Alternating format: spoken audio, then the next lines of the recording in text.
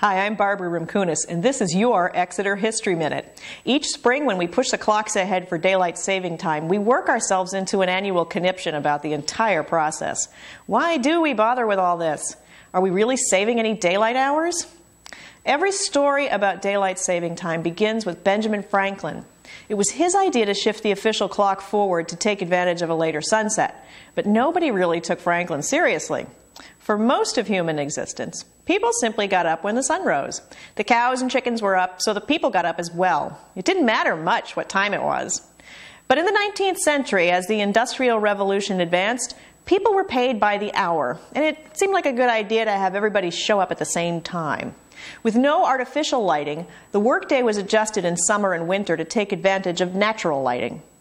The modern, non-Benjamin Franklin idea of daylight saving time began during World War I, when many European countries decided to push sunset forward to save the cost of lighting factories and homes. In the spring of 1918, President Wilson signed daylight saving time into law. Patriotic Americans were wholeheartedly behind the idea. A year later, when the federal mandate was dropped, resistance began to build, particularly from farmers who thought the whole thing was just unnatural. Contrary by nature, the New Hampshire General Court outlawed daylight savings time. But neighboring states, particularly Massachusetts and New York, kept the practice. So what? I mean, who cares what Massachusetts wants to do? Except, of course, the trains passed through both states. Passengers were continually confused through the summer months. Not to mention, New Hampshire factories were never really sure when their goods were going to arrive. By 1933, Exeter citizens had had enough.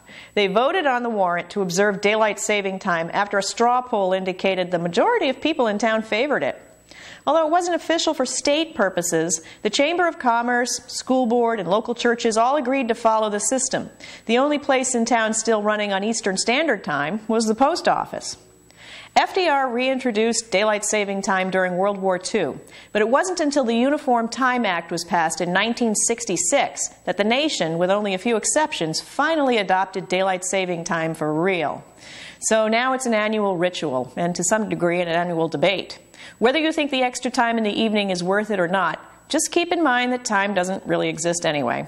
We made it all up, even though there's no way to explain that to your dog when he wakes you up at 4 a.m. to go out that first week after we push the clocks ahead. Coming to you, as always, from the Exeter Historical Society, we can be reached at www.exeterhistory.org.